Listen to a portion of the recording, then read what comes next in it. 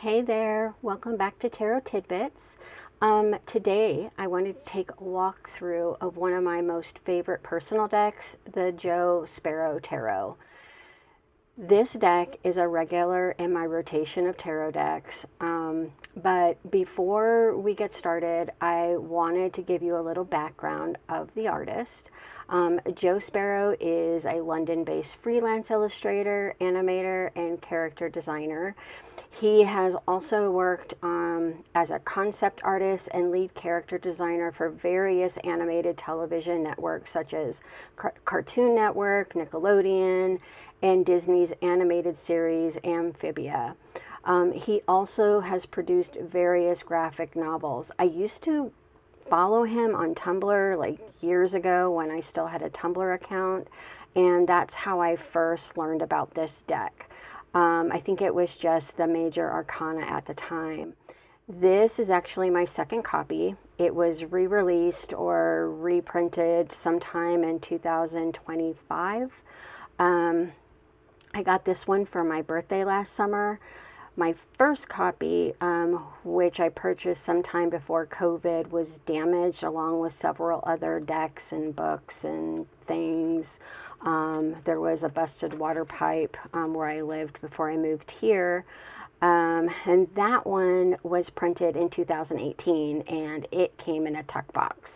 The cardstock may be a little different, but the card images are exactly the same. Although in my brain, I remember the colors being a little more vivid or saturated in my first copy. The colors in this deck seem a little bit lighter or more muted, and that could be in my head. I really wish I could compare the two editions. Either way, I love this deck. It is my go-to deck for personal readings, and don't let the quirky cartoon like images fool you. This deck is incredibly direct. It manages to deliver hard answers with a sense of humor, but really direct answers. And the last time I checked, the Joe Sparrow Tarot was still available. I will include purchase links below. If it isn't available, keep checking back. He has maintained availability through his shop in waves throughout the years. I actually didn't think I would ever see this deck again, but luckily I was wrong. I will also include timestamps below so you can jump ahead to different video segments. So with that, let's take a look. So the 2025 deck comes in a sturdy two-piece box. It's fit to size, and overall it's like, this is the type of box, it's my favorite, the two-piece box. It is my preference, so I was really happy about the upgrade. It also looks like the artwork is exactly the same as the tuck box. This box is matte.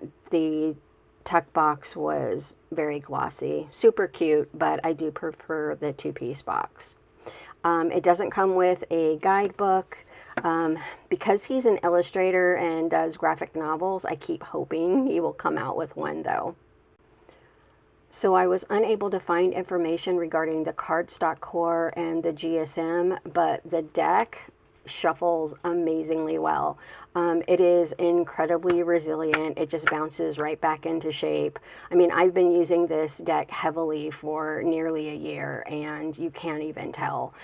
This one has a really nice matte finish, and as far as the cards, they are larger than the standard tarot card size. Let me actually compare it.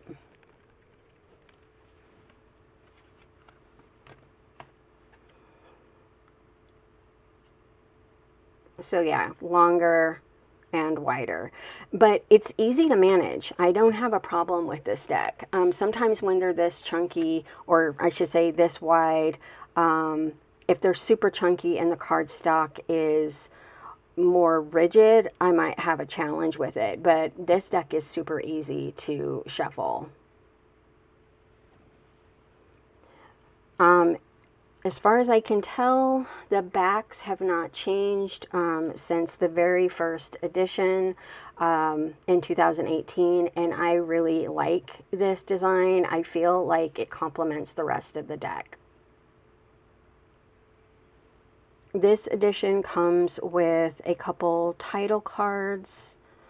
I'm actually not sure if this is a title card or if this is the mystery card that I saw in the description, but it comes with three extra cards. The deck has white borders. It does not have titles at all. It has, throughout the deck, it has numbers and symbols. Okay, let's take a look at the entire deck. We've got the Fool, the Magician. I love this Magician. I love that he's levitating.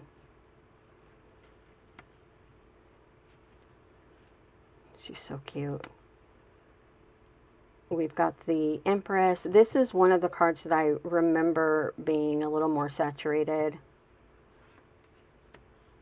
The Emperor.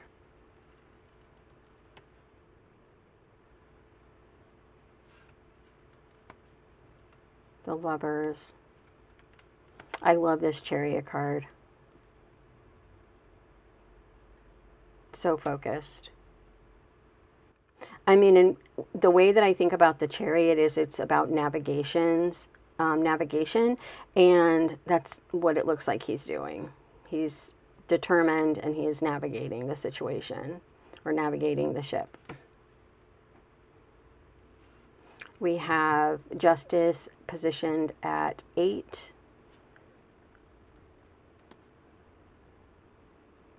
I love I love how this Hermit card, you've got this guy super like uber focused on his game. The Wheel of Fortune, love this. This is one of my favorite strength cards. I just love it. Also, again, strength is at 11. But for the most part, it seems like this deck follows the Rider-Waite Smith tradition with Joe's own take on it. Hangman, Death. I love how she has one eye closed and one eye open. Like she's like trying to get it right. The Devil.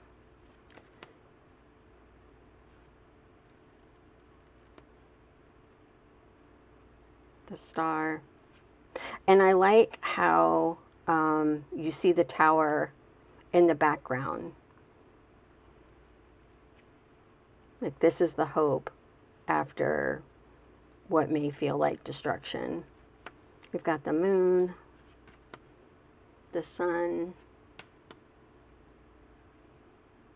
Judgment, and the World. So here you can see that for the suit of wands, you just have a number and a symbol for the wands.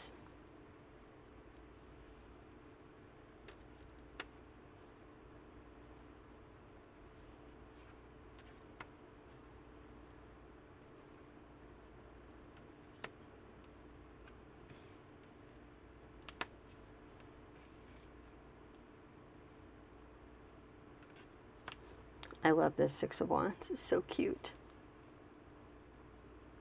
Some of the artwork reminds me of Steven Universe, the animated series, but when I looked it up, I wasn't able to find any information that Joe was connected with that. I love this card. The Nine of Wands, the Ten of Wands. I love the colors.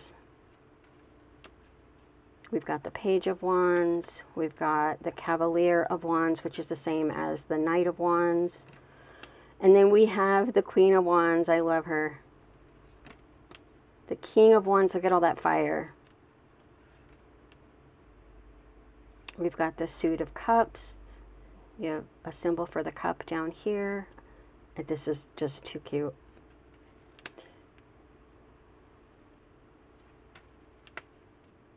The Three of Cups, I love this.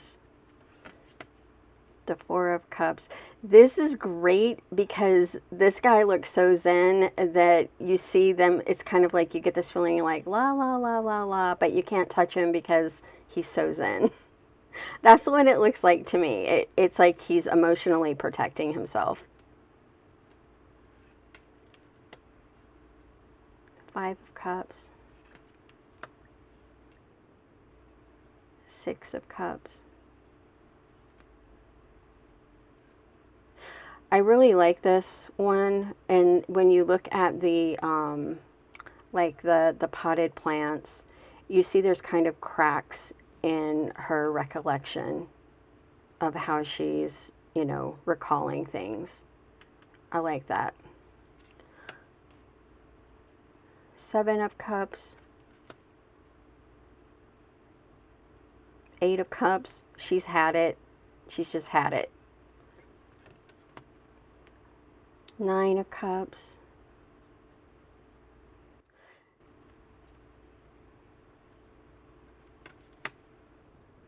Ten of Cups. Page of Cups. I love this. I like this Page of Cups because it's like she's practicing. Her eyes are closed and she's feeling like, it feels like, I always sort of get the feeling like she's feeling out the situation with her intuition. The Knight of Cups, also known as the Nine of Cups, the Knight of Cups, the Cavalier of Cups, also known as the Romeo card. The Queen of Cups. I always thought this was an interesting take. We've got, excuse me, we have the King of Cups. And then we have the Suit of Swords, and you can see an arrow here. I love this Ace of Swords. It's like it slices right through everything, which can be kind of harsh sometimes. The Two of Swords. I love this card. I love the colors of it. The Three of Swords. I like how there's pens stuck in this heart. And she looks so sad, or he. The Four of Swords. Also, I love this. I like this, the Suit of Swords in this deck. We've got the Five of Swords. And the Six of Swords, which is pretty Rider-Waite-Smith, you know, style. And I love the pink water. I just love it. And we've got the Seven of Swords.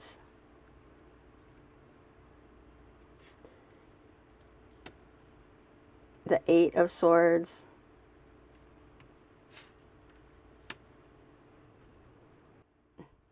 The Insomniac, the Knight of Swords. I love it. And then the dissection, but I just think it's so funny. This is the Ten of Swords. I think it's adorable in a really sort of sick way. We've got the, oh, did I skip something? Yeah, I did. So we have the Page of Swords. I love how you can see her intention, that she really wants to do a good job. She's really thinking about it. And then you've got the Cavalier, aka the Knight of Swords, and he's on this bug. And you've got the air symbol. Isn't that cute? The Queen of Swords. She's all about the wisdom. The Knight of Swords. I like how he's leaning on the sword like that. I mean, it's almost like you hardly notice that it's there.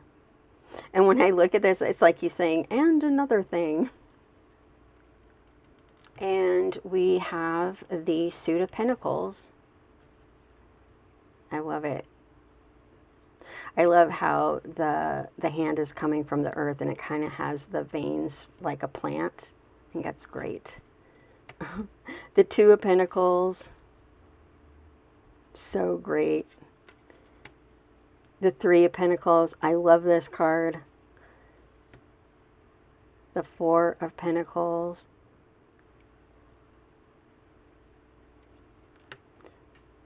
The Five of Pentacles. I mean, I love how you see the situation here, and then you see her dreaming of better times. Six of Pentacles.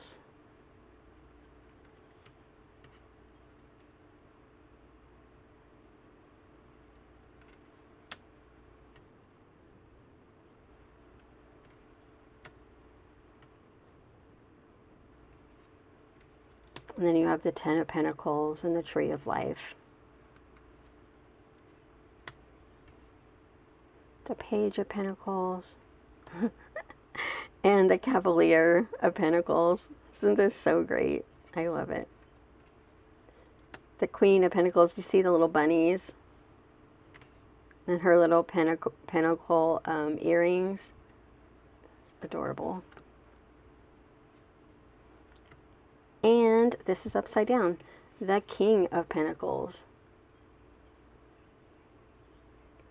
So that is it for the Joe Sparrow Tarot. You already know how I feel about it. I love this deck. But what do you think? Do you think this is a deck you could work with, or is it just too far out there? Let me know your thoughts in the comments. And thanks so much for joining me today. I really appreciate it. Take care. Bye.